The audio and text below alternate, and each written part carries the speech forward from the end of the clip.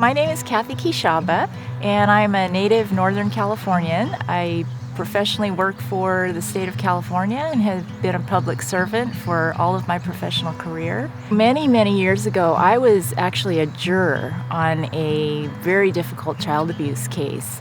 And the 7-year-old victim had to testify in court against his abuser. He was followed around by a woman that was always by his side, no matter where he was in court. And I later found out that she was his CASA.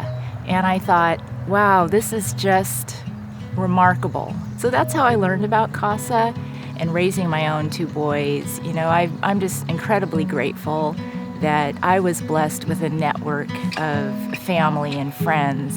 And I know there are kids out there that just don't have that. And I, really wanted to give back so that, every child should be able to experience happiness and joy and fun times. If I can do that for one child, I think that's really why I became a CASA.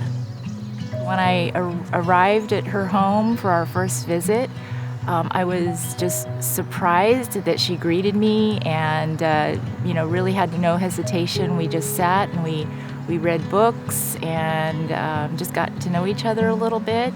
And it was just really calm and just incredibly rewarding to finally have that connection and to know that I'd be able to spend time with her. For me, it's the little things. It's when I go to pick her up for a visit and she's got this radiant smile and a big outstretched arms ready to give me a hug.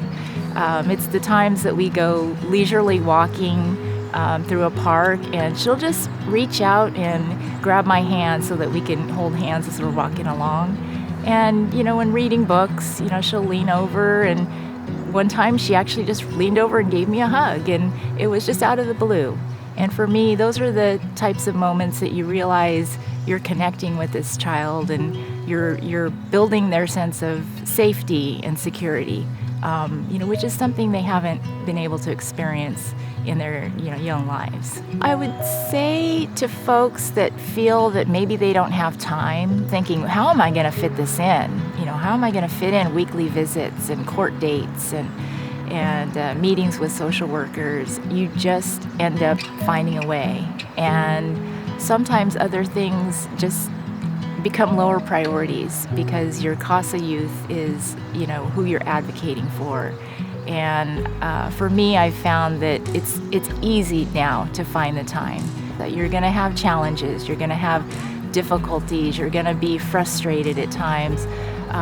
But, it's also the rewarding side of being a CASA that I think keeps all of us volunteers coming back and just doing it without any hesitation. The rewards of seeing a child grow and develop and becoming more confident and secure is really what it's all about.